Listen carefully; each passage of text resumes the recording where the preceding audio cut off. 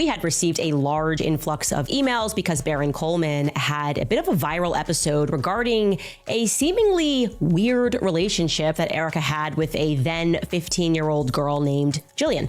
Erika was 25 years old at the time, and they developed a relationship that some people believe amounted to a type of. Now, Baron Coleman was very clear. He gave specific instructions to his viewers not to reach out to Jillian, who is now an adult, about the situation. And I, for some reason, was unable to follow these simple instructions. I reached out to her immediately. I don't know what's wrong with me.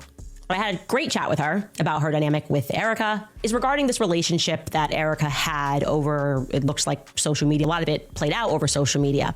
And I'm just going to actually cut to Nicey here, who's going to unpack it for you. And to give you a little bit of background, it's 2013.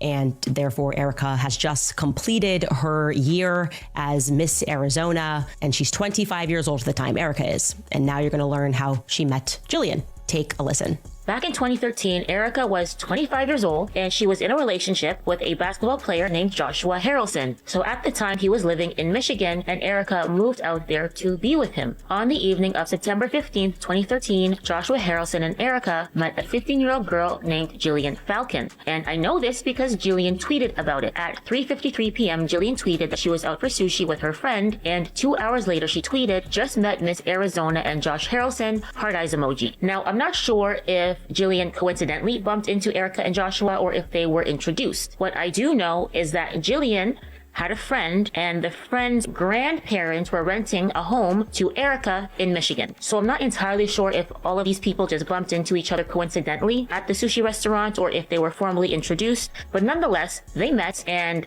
Erika struck up what I view as a very odd relationship with the 15-year-old girl named Jillian. A tape Erika Kirk never expected to resurface just did, and this one changed the conversation instantly. Candace Owens played what she claims is footage of Erika with a secret DL lover, and the version on that clip doesn't line up with anything she's told the public. And once it started spreading, people stopped asking what the tape shows and started asking what else doesn't match. According to Candace, this wasn't just a random clip. The tone, closeness, and the emotional energy in that footage, it all felt different. And that's what made people pause. Because if this were just about a past relationship, it wouldn't land this way. But this felt like something that had been kept out of the public eye completely. A connection that didn't fit the narrative she later built. And more importantly, one that was never acknowledged. Candace leaned into that point hard. She made it clear that this isn't about attacking someone's personal life, it's about consistency. About how every time something from Erika's past resurfaces, it doesn't align with what people were told to believe. And this tape, according to her, is just another example. Because once people started breaking down what was actually said in those exchanges, the tone stood out. The kind of language used, the emotional weight behind it, and the way admiration was expressed, it didn't feel distant. It felt close, almost intimate in a way that people didn't expect. There were references to appearance, compliments that went beyond casual, messages that felt layered, like there was more underneath than what was being shown on the surface. In one chat between Erika and the young female, Erika admires her deeply. In her own words, she allegedly said, "Your eyes, your hair, your skin, you're absolutely beautiful." Then she goes further to say she would like to touch the girl's butt for Valentine. Now, why would Erika be texting a young female individual this way?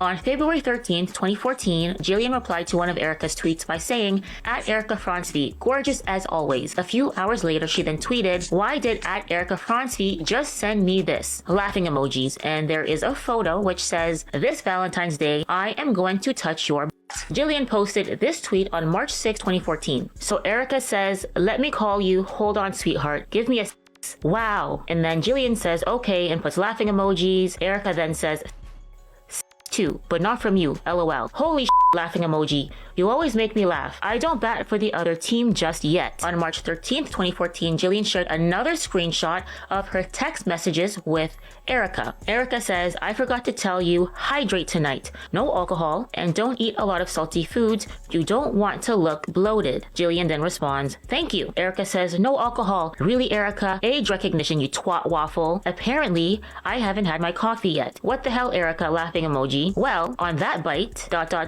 note, You, Siri. Come on. Hashtag the struggle. What are you trying to say, laughing emoji? Spit it out, you twat waffle. On the morning of March 26, 2014, Jillian tweeted, I just want to be somebody's woman crush Wednesday. Is that too much to ask? That evening, she then tweets, thank you at Erika Fronsby for making my whole week. And she shares this photo. And the photo is of a gnome. And it says, I want to be inside your lady garden. Then people started connecting it to other moments. The trips, posts, and the way this young individual spoke about Erika publicly, referring to her as a mentor, someone who played a significant role in her life. Photos from birthday gifts, vacations, public affection, even paying for the girl's flight to Puerto Rico after meeting her. Captions that hinted at a deeper connection, not something explicitly stated, but something people started picking up on once they looked closer. And that's where the conversation shifted again, because now it wasn't just about one tape, it was about a pattern. Because this isn't the first time Erika's relationships have come into question. In fact, that's what makes this hit differently. There have already been multiple moments where past connections surfaced, only to be quietly erased from the narrative. JT Massey, one of the most visible early relationships, was openly acknowledged at the time, but later denied as if it never existed. Other names, other links, photos, and timelines that don't match the story she later told about living a completely disciplined and detached life before meeting Charlie Kirk. Really handsome. You look gorgeous.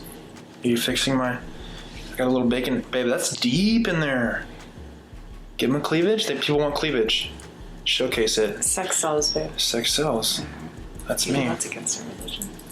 It's not. It's within the confines of marriage.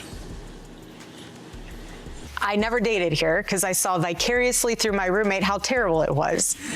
Somehow getting drinks was the replacement of having coffee and breakfast. I personally would rather have coffee or brunch with someone than go. I don't drink. I find it unproductive, not because I'm holier than whatever. I just don't operate that way. But I always thought it was very strange how she would go to drinks with one guy and then go to dinner with another. So it goes twofold here. So if you're expecting to marry someone that I was blessed with, like a Charlie, you have to be the type of woman that will attract a Charlie. Are you going to church? Are you going to Bible study? And that's the part Candace keeps circling back to. Not the relationships themselves, but the way they were handled afterward. Because it's one thing to evolve, it's another to rewrite one's history. And once people started putting those pieces side by side, the pattern became harder to ignore. Each time something resurfaced, it created a contradiction. And now, with this new tape, that contradiction feels even sharper. Because if this connection were real, even in part, then it raises a simple question. Why was it never part of the story? Why does every new detail feel like it belongs to a version of Erika that was never supposed to be seen? Candace didn't stop at just the tape either. She connected it to the bigger picture. The speed at which Erika stepped into TPUSA leadership after Charlie Kirk's death and unjustly firing of a staff member. This is crazy. Yeah, I understand where you're coming from. No, and I know you're going to keep saying that. I understand. Yeah. Like, I know that. No, I know. And I know there's probably no magic string of words that I could piece together to procure some type of answer. But yeah. I think on a surface level, like, I'm not going to walk out of here until I say my piece. Like, I mean, y'all know this. I just worked a series of 80, 90-hour weeks plus for AmFest. Yeah, I've had no direction or explanation since we've come back. Our CEO has been assassinated. I've done nothing but bend over backwards for this organization to the point where I'm wondering if this is a prank. It's not a prank. I would never do that. So I'm just trying to understand. And no, I understand. It's time to... So do I get to have a conversation with Dylan? Do I get to have a conversation with Justin or anybody? Or Nope. No. And there's no explanation as to why I'm going to let go. Right now, we're leaving all... You know, and you're going to keep saying a different direction, but I'm trying to understand how I've met multiple times with my... Well, you're going a different direction with the team, and I have to ask you to leave now. You have to ask me to leave property? Yes. Due to what, Frank? Because we're asking you to leave because you've been terminated and we're not. But there's no explanation or documentation for this. I've never had one bad review from Dylan. I've never had one issue with the company. I've never done anything unethical. And so I'm sitting here understanding why my entire livelihood is being completely tossed out. I mean, I sat in this chair.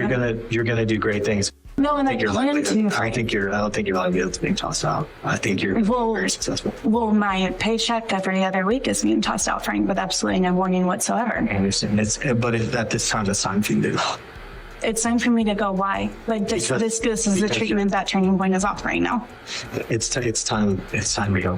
Frank, this is crazy. Yeah, I understand where you're coming from. I don't think you do. This feels very heartless. This feels without emotion. I do understand where you're going. This feels completely without emotion. The immediate presence in public spaces, confidence, and control over the narrative from the very beginning, to some, looked like strength. To others, it looked like she was prepared. And when you place that next to everything else, the resurfaced relationships, shifting timelines, and parts of her past that keep coming back in unexpected ways, it starts to feel less like a coincidence. Because the same themes keep appearing. Visibility, influence, movement through different social spaces. And then a complete reset of identity once she steps into a new role. That's what keeps people watching. Every time it settles, something new comes up that changes how the previous version looks, and Candace is making sure those moments don't disappear. She's not backing off. If anything, she's doubling down, making it clear that this isn't just noise, this is something people should be paying attention to. Because in her view, when patterns repeat this often, it's no longer random. It becomes intentional. And that's what this tape represents. Not just a private moment, but a piece of a larger puzzle that doesn't quite fit together the way it's been presented. So now people are looking differently, not just at the tape, but at everything around it. The past relationships, the erased timelines, the public image that doesn't seem to match what keeps resurfacing behind the scenes. The online community had a lot to say. One critic said, told her she didn't swing that way just yet, sent her a meme of Nemo saying for Valentine's Day she wants to touch her butt. Another user said, you can also go see Erika's comments under the girl's Instagram posts. Yet another said, Candace, I love you for calling people out when they lie, and it's amazing. You speak your truth and you back your truth. And the more they look, the same question keeps coming up. If this version of Erika was never meant to be part of the story, what else has been left out? What else doesn't match? And why does it feel like every time something new comes out, it doesn't surprise people anymore? It confirms what they were already starting to suspect. So is this just another misunderstanding being blown up? Or is this one of those moments where the image starts slipping and what's underneath becomes harder to ignore? And if Candace Owens is right to keep pushing this, what does that say about everything else people have been questioning? Drop your thoughts in the comments. And if you're riding with unfiltered heat, don't just scroll, lock in, tap like, subscribe, and keep it rolling with the next jaw dropper loading up now.